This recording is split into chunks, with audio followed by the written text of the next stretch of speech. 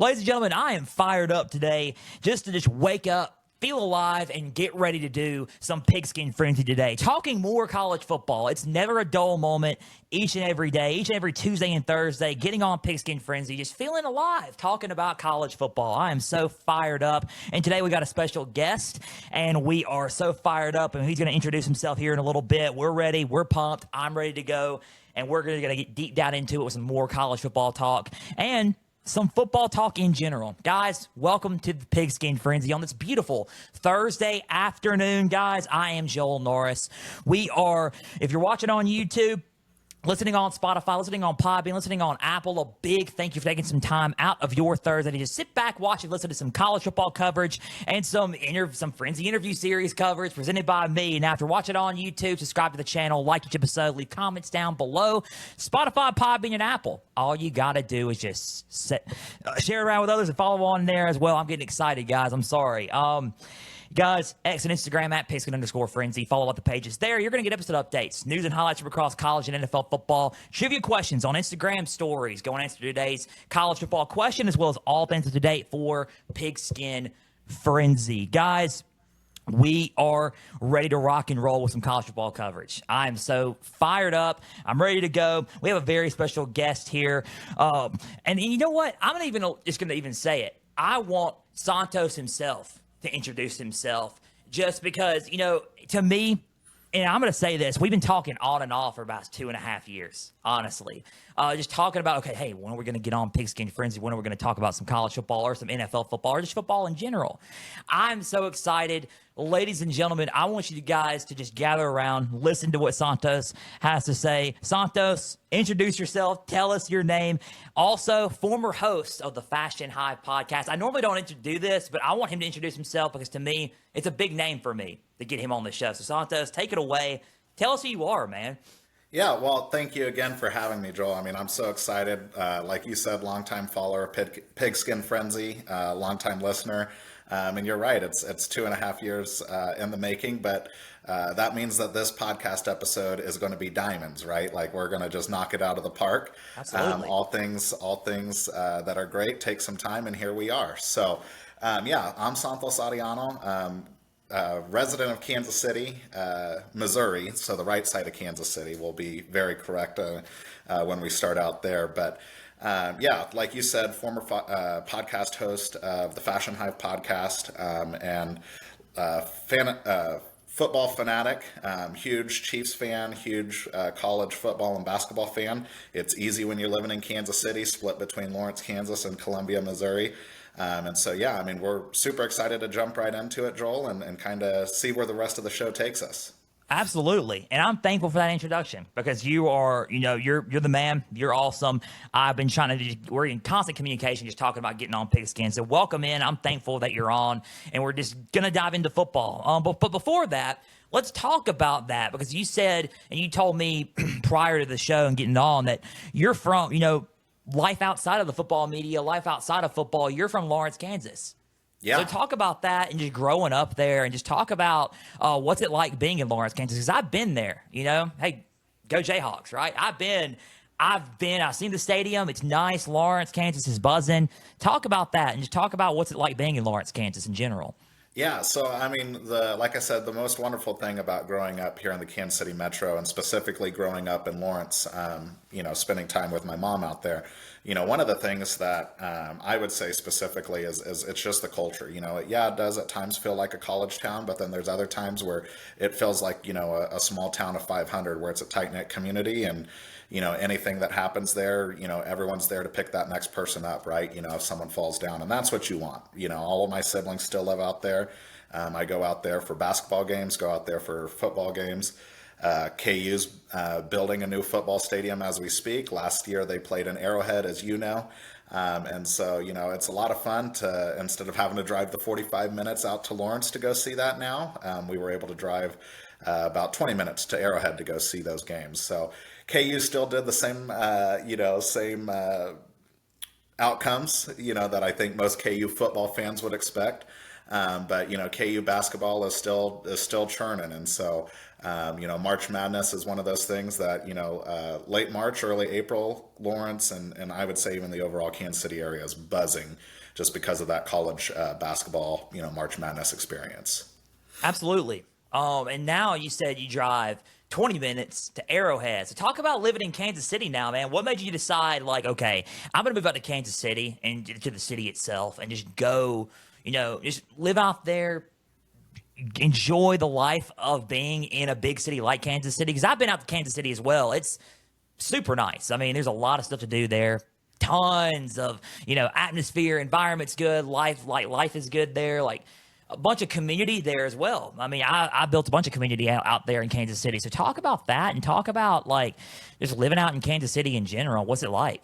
Yeah, so I mean, I think the easiest thing to jump from Lawrence to Kansas City is, not to dive into like my growing up years, but my parents were divorced, and so just living in that aspect and living in that dynamic, that meant that I spent time between a suburb of Kansas City and then Lawrence. And so by the time it got to high school years, I was living with my dad predominantly. And so then at that point, living in that suburb of Kansas City, just growing up, went to college here at Metropolitan Community College. And so, yeah, I mean, it's you're right. Kansas City is honestly no different than Lawrence in a lot of ways. It's that community. There's definitely pockets of it that you feel a little bit closer, so we live in the Northland. And so one of those things with the Northland is we're just Northland strong, right? And so it's us versus everyone south of the river. And so those are, little fun jabs and things that we get to say when we meet someone, and, especially not in the Kansas City area. You're sitting at a airport in California and someone goes, "Oh yeah, I'm from Kansas City." And we're like, "Oh, where are you from?" And then they tell us and we're like, "Okay, you're not actually from Kansas City. You're from, Johnson County." And so, just some of that stuff, but it's a lot of fun. I think the number one thing that my fiance and I say all the time, especially when we're traveling, is it's easy to tell a Kansas Citian from a mile away because they're wearing the swag, they're wearing the KC shirt, they're wearing the KC hat. And it's just random shirts about Kansas City that you don't see with Boston, or you don't see with San Fran, or you don't see with, Denver, or name any other major metro. And so, yeah, Kansas City is great. Love it. It's booming. Chiefs are doing great. The Royals did great last season. And so, it's a lot of fun. And sitting here, like you said, on this Thursday, we're going to, I think we're going to be less than 100 or less than 85 days till NFL football. I could be wrong on that. So counting down the Chiefs and the Chargers playing in Brazil. Yeah, that's going to be an interesting game, too. It's free on YouTube, honestly. And even though I don't cover NFL anymore that much, so I just do college, but I'm still a football guy. I'm still going to tune into those games, so that's going to be free on YouTube. Guys, tune in. That's all I'm going to say. And another fun Kansas City question just to ask, because I just thought about it when you were talking about Kansas City in general. We talked about it a little bit. You touched on it before we started recording the show and everything, but is there a debate between what the real Kansas City is? Like, is there a really debate between Kansas and Missouri claiming who has Kansas City? Is there really a debate on that? I've heard some rumors about that, but I just wanted to know, is that true or? Yeah. Boots on the ground. If I was holding a microphone right now, we could go walk the streets of Kansas City, and absolutely you would get that feel, that pulse.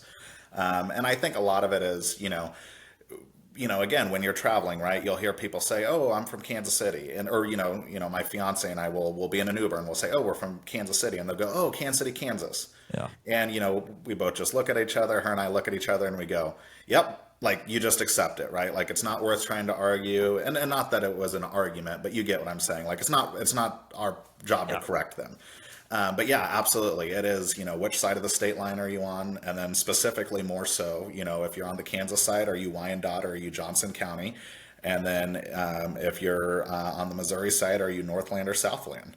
And so, yeah, I mean, there's, like I said, there's pockets within that it's not even just the state, that, like I said, the Northland and the Southland, while there's no like true bitter rivalry or anything of that sort, it definitely is, we have shirts that say, the Northland, it's not just the city, it's the way of life. So, yeah, I mean, it absolutely is that feeling of where are you from? And how are you going to treat me? There's a Yeah. little bit of that too with some of those places. So yeah. Is there and this is another rivalry that we really don't have to get into. I don't know if it's like a rivalry or anything personal or anything, but St. Louis compared to Kansas City. Oh Is yeah. there a difference there? Like, because I've heard some stuff like when you go into Kansas City, and I've mentioned St. Louis, they're like, "Hey, man, let's not discuss St. Louis that much." And I'm like, "Why? Like, what's wrong?" Because I've been to both. Like, Right. when I go down to Mississippi and visit, I'm going down to Mississippi to cover a media day and kind of promote my show, right? At the same time in a few weeks in July, and I pass by St. Louis and I pass by the Arch all the time. So I'm like, okay, I've been to both, right? I've been to St. Louis too. So it's like, okay, what's the difference, if that makes sense? And is it like, okay, we don't talk about St. Louis, or is it one of the what's the vibe there? Because I'm just asking out of curiosity. Yeah, no, I mean, I think it goes back to the sports teams, right? I mean, Okay. you had the Cardinals and Rams, and that's the I-70 series that really, is going to just create a lot of interstate, banter, fun banter, sports banter. So, I think a lot of it has to do with sports. I mean, we could go into the roots of Missouri politics and really dive into it, but Yeah. at the 50,000 foot level, it is 10,000% the sports teams, and the sports Yeah. teams. While politicians will come and go, those sports teams have remained. And we'll kind of see. I have it later on here as a note that I wanted to talk about later on when we talk about KU and MU a little bit more. We'll talk about just kind of the different dynamics with economic development in the state. And so that honestly has played a lot of different roles. But yeah, I mean, I would say the most bitter thing is that Kansas City, in a lot of ways, has tried to mimic a lot of what St. Louis has done. There's a Ferris wheel out there, and a year and a half ago, Kansas City slapped up a Ferris wheel here in Kansas City, and so it's just interesting to see. They redid their Union Station, we redid ours, and so I'm not saying that Kansas City is a follower by any stretch, but for St. Louis people, it gives them that block to stand on, so to speak, that they feel like they're the big brother and they're tired of the little brother always wanting to play video games with them, right? So they give them a battery, they give them a charger without batteries in it, and make them think that they're sitting there playing, and so that's that. So yeah. But hey, we, Absolutely. we have a Super Bowl winning team, and I can't point to St. Louis's football team because it's in LA. It is in LA. That was Yes. a good one. And you're making it easy for me because Yeah. now I'm getting into what you just mentioned. What's Yeah. it like being a Chiefs fan in Kansas City now, especially with I don't know if you still are a ticket holder or not. I'm not sure, but if you are or not. Right. I don't know if you clarify that or not. I just got to see in a minute when you answer. But what was it like being a ticket holder? What's it like going to the Atmos, going to the stadium, going to Arrowhead, the loudest stadium in the NFL, rooting for the Chiefs, especially during this run with Mahomes, winning Super Bowls, making appearances in the Super Bowls, just the whole level. Because I've been to Kansas City. I've been to the training camps, and I went to a training camp, and I met Trey Smith. We did a giveaway on my show with autograph football, with Trey Smith being one of the guys who autographed the football. I mean, it's electric. There's nothing like it. It's almost, you get goosebumps talking about it, right? It's really, really unique. So talk about that and just being a Chiefs fan in general and going to the stadium, man. And what's it like? Yeah, I mean, I think, the honest to goodness answers, and like you said, for people who have never been, it starts even before game time. It starts before kickoff. It starts with the tailgating. And, I mean, nothing says, community and we're about to, kick the other team's butt, like everyone in the parking lot, all wearing red and all hanging out and drinking drinking their beverages and having some food and grilling and it's the craziest thing, right? Like, you'll sit next to someone or you'll be parked next to someone and you have maybe you have ribs, they may be cooking shrimp, and then the group down may be cooking hamburgers, and the group down may be cooking brats. And so it's so awesome because you'll have people that they're like, hey, I have some leftover shrimp. Do you want some? And so they're, like I said, that community, sense of community starts there and continues on to the stadium, I mean, we have the tomahawk chop that really gets the crowd going, and they'll do that going into the stadium. I mean, they're beating on the metal frames in the stadium, and just doing oh, right, and so they're doing that, and again, still before we even get to kickoff, the national anthem. And so the Chiefs, will say, home, and they're singing "Home of the Brave," during the national anthem, and all of the fans. And if you listen next time the Chiefs are playing at home, listen to it during a national anthem. You'll hear the fans yell "Home of the Chiefs" instead of "Home of the Braves." Yeah, Chiefs, yeah. And so again, it's just that feeling of like we're here, we're going to dominate, we're going to be loud, we are going to terrorize. It was always interesting to hear like Seattle claim as like the 12th man, we're the 12th man, like. Well, we're the loudest outdoor stadium, so until you can take that from us, we're really the 12th man, and we're going to terrorize your quarterback and your offense all day, every day. Yeah, and that's confidence right there. Yes. That's straight confidence. Yeah. So, yeah, it's a lot of fun, and I would be remiss, like you said, with, all of our Super Bowl appearances and wins, like, it's great. I now know what it feels like for the Patriots fans when they were like, man, we're the most hated team and we're doing nothing wrong. This is it, right? Like, this is where everyone's tired of you winning. And, I get it. But I remember when we had a year that, the Chiefs had every single wide receiver, not a single wide receiver caught a touchdown that year. Yeah. And so, we've been at our low of lows. We've won the Super Bowl, and I would say we've done all of that in the last 15 years. So it's definitely a pendulum swing, and it's a fun time to be a Chiefs fan. Absolutely. And are you still a ticket holder? No. Season ticket holder, or no? What made you stop? Yeah, I mean, I think the biggest thing is at the end of the day, like I said, it's the commitment to, we're there 6 hours before, game time, right? Gates open 4.5, parking gates open 4.5 hours before game time for tailgating. So you're there an hour and a half before that, because you want a good parking spot. There's no assigned seatings, there's no anything of that sort. And so, say you play at noon, you're out there at 7 o'clock in the morning, 6:30 in the morning. And the game's going to take you until 3:30, and then by the time that you get out of the parking lot, it's 5. So you were out there for 12 hours, and by the way, that was a Sunday, and you have to go to work on Monday. And we don't have a dome, we don't have a roof, we don't have anything like that. So there's cold games. That Miami Kansas City game where people were literally giving their tickets away on Facebook, and people were not claiming them. Like that's how cold it was. I mean, people were getting. I can't even think, I'm blanking now, but frostbite on their fingers. And people lost fingers. The news reported about it 2 or 3 days later that the hospitals actually reported out how many fingers they had to cut off because of frostbite. So we have dedicated fans, and I'm dedicated. My fiance, she's an or former Chiefs cheerleader. And so, she's been there, done that. She's been at the top of the mountain with the Chiefs, and there's so many connections with her. We go support a lot of the philanthropic stuff that the Chiefs do. So for us, we saw, we did. Always happy to go to a game. Always happy to go spend time with friends and family. But at this point, it's kind of let's enjoy it at home. We're traveling a little bit more now, so we went to several games last season. We went to more games, NFL games away last season than what we did at home at Arrowhead this past season. So. Just looking to see different parts of the United States. Absolutely. And before I get into that, because you mentioned traveling, and I'm going to keep that thought in my head because we're going to get into that here in a little bit. Before we move on to the college football talk and everything, talk about just one more quick snip of Kansas City. Do you think, because I've been hearing some stuff about this, Kansas City and Arrowhead getting moved into the Kansas part of Kansas City. What do you think about that and your thoughts on that in general? Because I've heard some stuff about it. I don't know if it's true or not, but I've heard some things. So I just want to clarify there. Yeah, and sorry to interrupt. Yeah, no, I mean, you're 10,000% correct. I mean, that's a conversation, and that's a topic that every Kansas City and I would say, honestly, from people and looking at a map, I would say every resident in Kansas on the east side of Lawrence, Kansas, is looking at that news every day.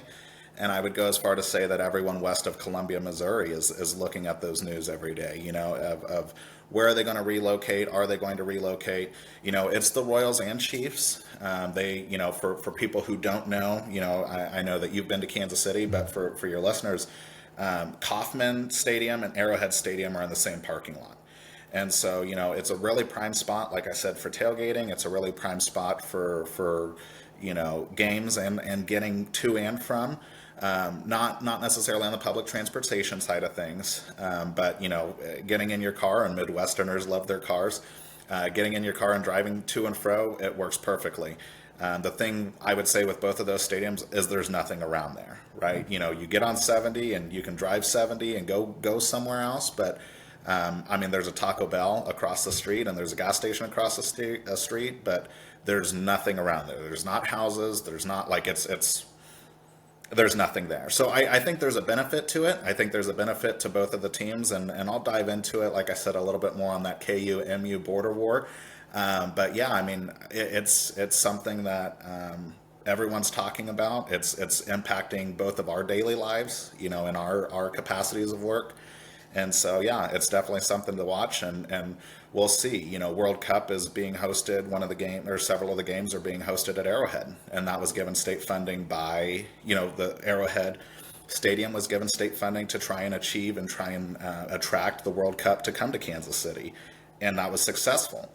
And so I think it'll be hard, and I'm not speaking on behalf of anyone, but I think it's hard for the ownership of Arrowhead Stadium to say, yeah, we just got money from the state. By the way, we're going to leave and go to another state, So I don't know. I always think back to the saying, if you can't love the one you want, love the one you're with. And, well, they don't have things around them. Like, you still live in Arrowhead, you still live in Kaufman, enjoy those stadiums. And that's what all Kansas Cityans are doing right now is living up those days at Kaufman, at Arrowhead. And in the event that, the Star Bonds, for example, expire at the end of this month for Kansas and their attempt to attract both the teams over there. So, we're looking at this, that we're halfway through the month already. Both of those teams are going to have to make a decision very quickly. Absolutely. And it's always a good thing, as you just mentioned. It's just in a way, it's just enjoy anything while you can, right? Yep. Just enjoy it while you can, because you never know when it's over. So I get that 100%. I like that you mentioned traveling. Yeah. Because you mentioned traveling a little bit. Talk a little bit about getting into podcasting too, because you were the former host of the Fashion Hive Podcast, and I want to hear a little bit about that as well. Talk about getting into podcasting. What made you want to get into it? And you said you were starting a new project with your fiance, if I'm not mistaken. You told me that off air. Talk a little bit about that as well, because I'm interested to hear about that, and talk about just traveling in general, just doing this stuff. Like, it sounds very interesting. Yeah. So when it comes to podcasting, I've always been a podcast listener. This goes back to when Spotify first brought them on, right? And so there's multiple podcasts that I can sit here and say that I've listened to every episode, and I'm proud to say that. I think it's a medium that, I can't guarantee I'm going to be in the car every day at 8:15 to listen to that radio host who I may really, really like, but if I'm not in the car every day at 8:15, then I miss their segment. So this is what I love about podcasting, is I can tune in later, I can go back, and you can do that with the radio. They have their web pages, don't get me wrong, but I like that. I like that I can track it. I like that I can see it. I like that I can share it pretty easily. And so podcasting, like I said, is that medium that gets, you and I together, you and I who have talked for 2.5 years, through Instagram and through Facebook, and have supported each other in a lot of ways in those 2.5 years through our highs and lows, as we've seen each other post things. And so I think it just creates a different avenue that, again, I may not talk to a radio host, and I may never be on a radio show, but here I am with you. So I just love the idea of podcast. I think that they are an excellent way to give back to the community. I think they're an excellent way to foster relationships. And so, I was the former host of the Fashion Hive Podcast. Not to say that it's dead, and not to say that it's, no longer going to be around, but that was meant to cover Kansas City Fashion Week, which is the 5th largest fashion show in the nation. A lot of people don't know that, and I'm still a staff member, still a staff member with Kansas City Fashion Week, and so love them. They're great. For anyone who's in the area or is interested in fashion, a shameless plug is to go look at Kansas City Fashion Week. It happens 2 times a year. So that's kind of where I got into podcasting, loving it, and then actually taking action with Kansas City Fashion Week. And so my teammates and leaders at Kansas City Fashion Week trusted me to get that off the ground. We did several episodes, a lot of great content, talking with a lot of great folks from around the world. We have people from, Chicago, from Britain, from California, St. Louis, Omaha, Wichita. So it wasn't just Kansas City, although that was, where everyone gathered. So that was a lot of great opportunity to kind of hear why people do what they do, and more importantly, what they looked at, the change that they want to be in the world. And a lot of that, I hear people say all the time, like, I don't care the way I look, or I don't care about what clothes I wear. Well, you do, because you went out and bought it, right? Like, it spoke to you in whatever capacity. And the shirt that I'm wearing and the hat I'm wearing, it's very strategic to the show, being on the show today. I got up and put this shirt on, and I got up and put this hat on because I knew I was going to be seen. And so, fashion impacts everyone, just like I think sports does. And so, that's been a lot of fun. And it was a lot of fun. To segue into your second point of podcasting and launching a new project, my fiance and I are looking at getting something off the ground to focus on things here in Kansas City, and taking some of those travel things that we see in other cities and bringing them back to some of our decision makers here in Kansas City, our real estate developers, our restaurant owners, even some of our bars, and say, hey, here's some successful models, and here's some really cool things that we see, in San Antonio or Minnesota or Wichita or St. Louis or Denver. And so there's so many different ways that, I could make a meal right now, for example, for you, Joel, that would really resonate with you and being back home, but you're sitting here in Kansas City.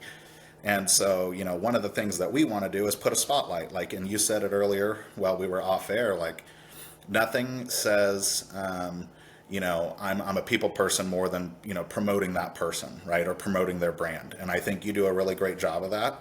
But, we want to be those people, pro people, as I'd like to say. And so that gives us an opportunity to, quote, give back to our community. And then more importantly, have some fun with it. Let's go have some meals. Let's go have some drinks. Let's spotlight some of those businesses that you may not think of. And more importantly, next time you come into town, Joel, we're gonna take you to those places and not the Applebee's and not the Buffalo Wild Wings of the world. So just some of that stuff that we want our Kansas Cityans to know, but we also want the people traveling here to know. Absolutely. And that's a really good point, because I've been to some of the Kansas City, spots, at least some of them, not all of them, but some of them. Right. I went to a place called, I don't know, it's a food court called the Parlor in Kansas City. If no one's been to the Parlor, go. It's always packed though. It's always packed. Yeah. But go, because it is. If I'm telling my listeners, if y'all want to go visit Kansas City, or some of my listeners who probably are in Kansas City right now, you probably know what I'm talking about. But just go to the Parlor. It's such a good place. I've been there. I've had. I think it was Slider Place. I don't remember the name. Southwest Sliders. Is that what it's called? Yeah. Good place. Yeah. Good pull. Place. Good pull. it was. Yes. Yeah. It was. It's so good. Yeah. Guys, go and just go to the Parlor. That's a free plug there, by the way. Exactly. That's a really good thing that you're doing, just traveling around. And it's hard to do that. It's hard to travel around, promote some of these spots, but also podcasting in general is hard to do. So I applaud you, man. I applaud you for doing that, and I applaud you and your fiance to just working on that and getting everything going there. That's pretty awesome. Well, it's people like you that show that it can be done, right? And it shows that commitment. It show, you've laid the groundwork, right? And people like you have laid the groundwork of, A plus B equals C, but here's what you got to do, and I always say it, the only time that, you're going to take, the only time that you're going to be able to get in front of someone is if you take that opportunity to get in front of them and learn why they do what they do, or what they do even, and so let's spotlight that, and so that's something that we want to do, and you do that, and you do it with sports, right? And so, like I said, you've laid the groundwork, others have laid the groundwork. It's time for us to just get to work. Absolutely. That's a good point. See, now I'm going to create your line and turn it into a t-shirt, man. That's, hey, there you go. That's awesome, man. That's really, really cool. And moving into more of the football aspect of things, now we're talking about college football. Yeah. So, growing up in Lawrence, Kansas, you're a KU guy. Yep. But if you're outside and west of Kansas City, or going towards eastern Kansas City at least, going past it, you're going into Columbia, you're a Mizzou person. But in the middle, there's a middle ground. and then there's half KU, half MU. Talk about having a split heart at that, and then I'm going to go from there because I have another question to ask part to that. But talk about the split heart there. There's a lot of people, from your perspective, because a lot of college football fans in general don't really know, like, okay, they're fans of one team, but they don't really know in some aspects what it's like to be on that kind of a border line, like war almost, but like a split kind of thing, if that makes sense. But talk about that, and talk about the MU Missouri, and Kansas City split. Yeah, no, I mean, you hit the nail on the head, right? Like, there's people that are growing up right now that don't know about the border war, right? That they didn't live it, they didn't see it, they didn't, and I'm talking sports border war. Yeah. That they didn't live it, they didn't see it, and yeah, their dad may hate the other team, or their granddad may hate the other team, but they grow up and they're like, yeah, I mean, I'll go to KU because, KU has the best sports journalism, for example. And actually, that's Mizzou. So I'm going to get beat up after this for saying that. Mizzou has a really, really, really, really great journalism school. So not a plug. Not a plug. Cut that out. Cut that out where I just said people are going to KU, but not actually. But yeah, so it is. I mean, I'm one of those people that has, quote, that split heart. I mean, I grew up, like I said, split time between Kansas City, a suburb of it, and I grew up in Lawrence, and so.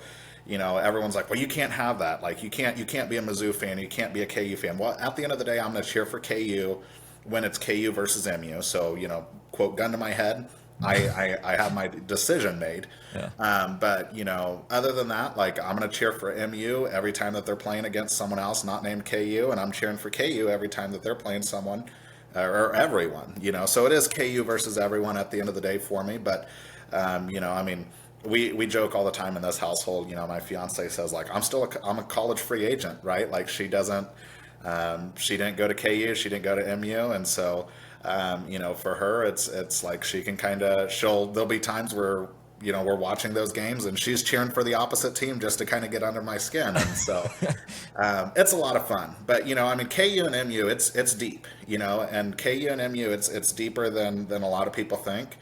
And there's some serious hatred there. I mean, nothing of today's age, nothing of violence, but yeah, I mean, we go back, that Missouri-Kansas border war goes back to the 1850s, truly in the Civil War. And so, for anyone who is a Jayhawk doubter, I always tell people, I'm always quick to remind people, that Jayhawkers were the ones that were advocating against slavery. Mm-hmm. And so, when they're like, well, what even is a Jayhawk? I know what a tiger is. I know what whatever. That's fine. But, Jayhawkers at the end of the day, they come from an actual special meaning. So, yeah. And it's deep. Yeah. It really is. It's really deep. And speaking of that, they play each other week 2 of the college football season. Yes. So as we're getting now into the college football talk, that's going to be a game right there in Columbia that a lot of people are going to keep an eye on. And it's going to prove a little bit to Lance Leipold's, okay, like, got to get something going here. It's either A, we start off hot, then in the middle of the season,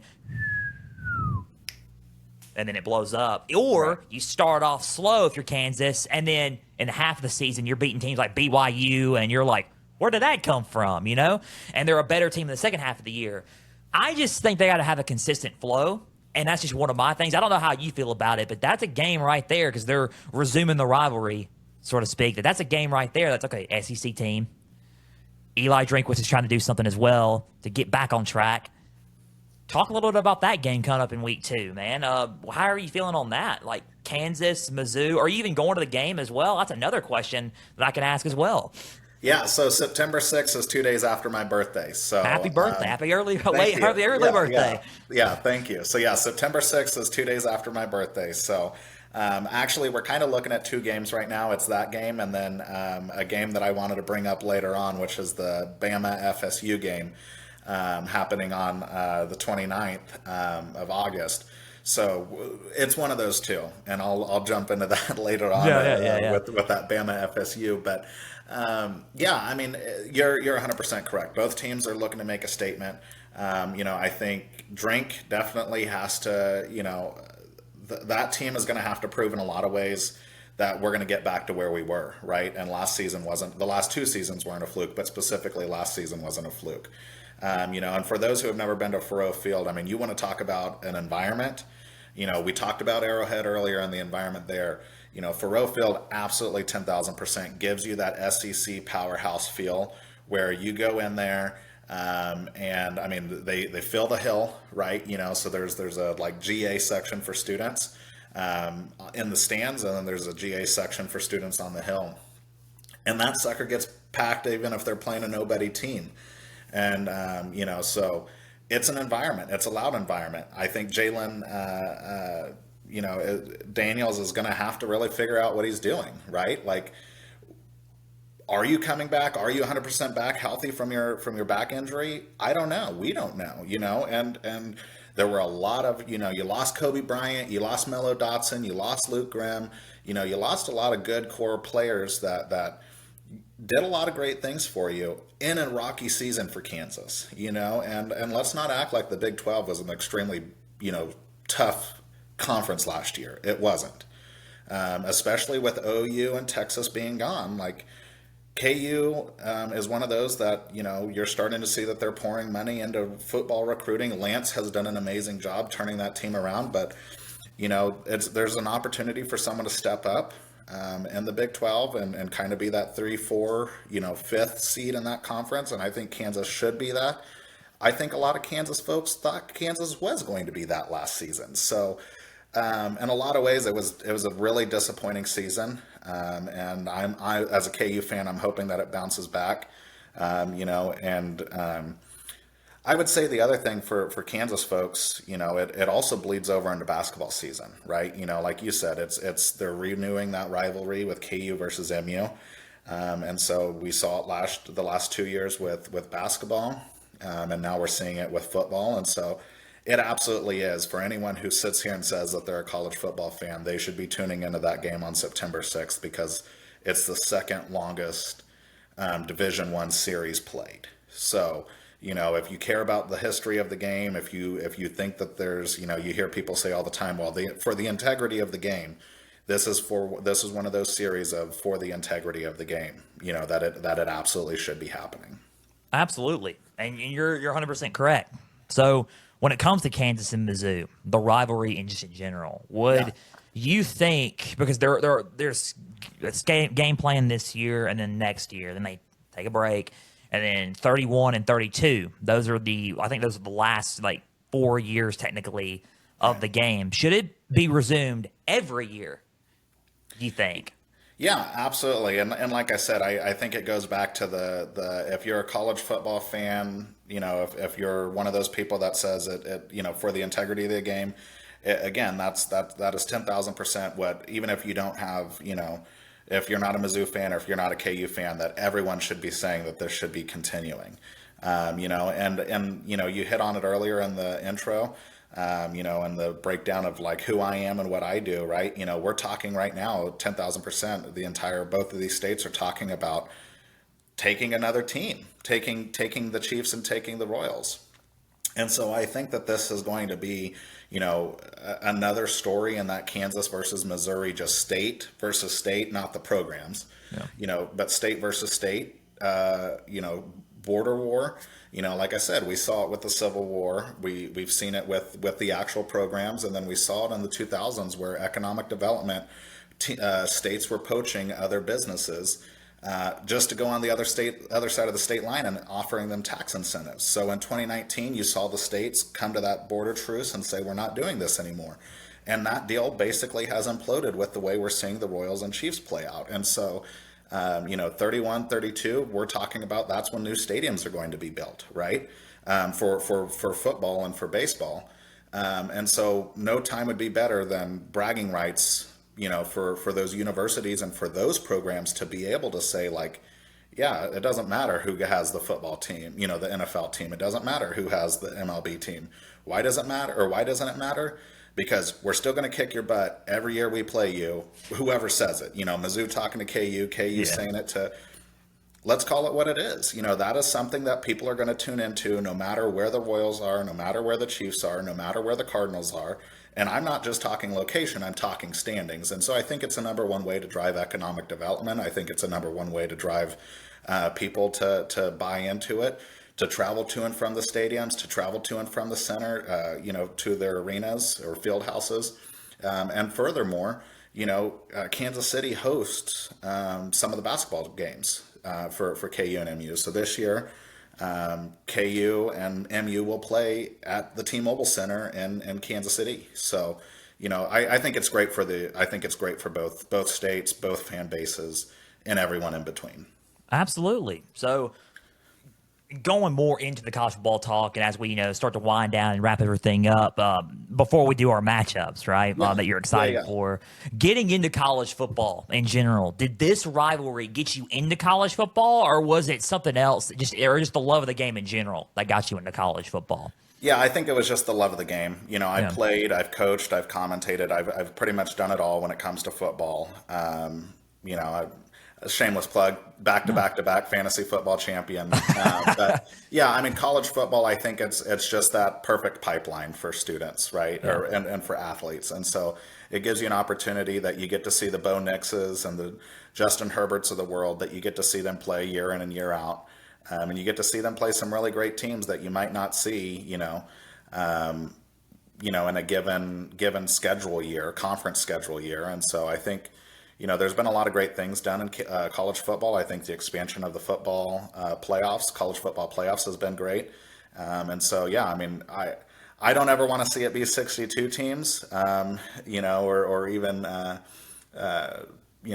30, 32 or anything of that sort, like how we do with March Madness. But college football is really the place to be right now, especially for anyone who loves the sport of football.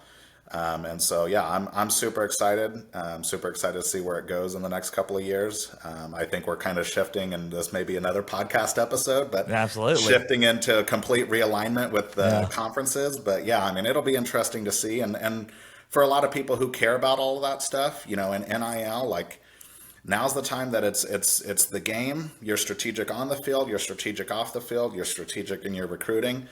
And it really makes the battle of the minds. And so, it makes Saturdays that much better, I think. Absolutely. And guys, spoiler alert, we probably will have an episode, a part 2 interview with Santos. He will most likely come back on the show. We've enjoyed having you, man. You're awesome. Last but not least, before we kind of wrap everything up and conclude everything, let's discuss the matchups you're excited to see when it comes to college football. I think you already hinted at one earlier, but we can get into it and break it down. But matchups that you're excited to see entering like just the first week of the college football season.